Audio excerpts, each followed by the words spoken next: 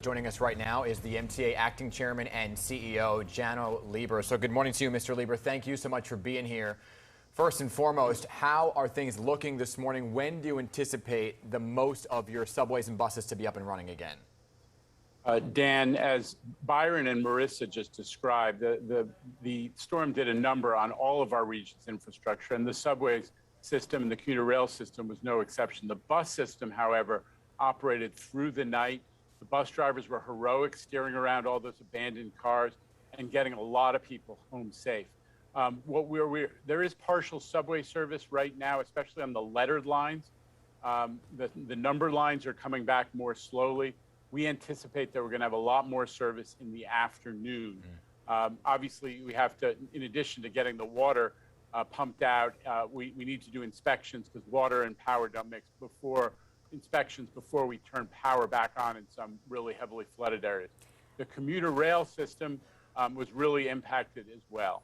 Metro North is basically out of business today. Long Island Railroad, there is service. They've just brought the Atlantic branch back online, to Atlantic Terminal from Jamaica, and there's growing service on Long Island Railroad. And I think we're going to see more service this afternoon as well. Mr. Lieber, we've been watching the floodwaters from this video just rush in. It's a very frightening sight. As people were on those trains, what were you doing to protect them?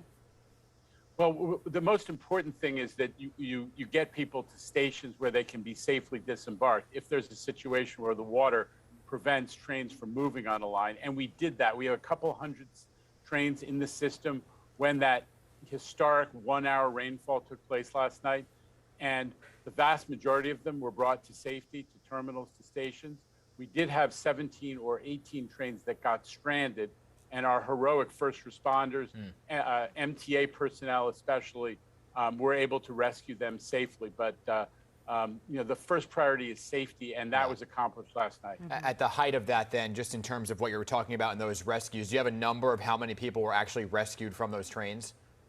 Look, we don't have an exact number. That's I'd say about roughly 1,000 people in total were stranded on those trains at different times. But remember, that's 17 or 18 trains out of a couple hundred that were in the system. So we're glad that we were able to deliver safely for everybody.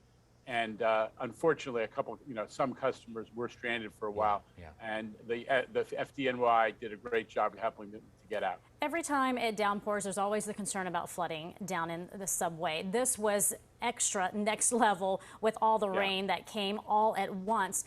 You have, some 300 pumps, right? Why is it, help people understand, why is it that the system continues to flood?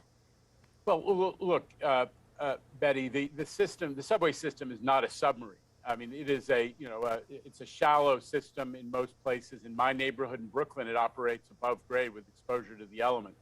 So, and in many cases, you have, the utilities and other activities at the street level that have poked holes in the subway's roof. So the thing that really overwhelms the system in these kind of flash floods is when the street level drainage and sewer system gets overwhelmed. We saw that all over the city and all over the region.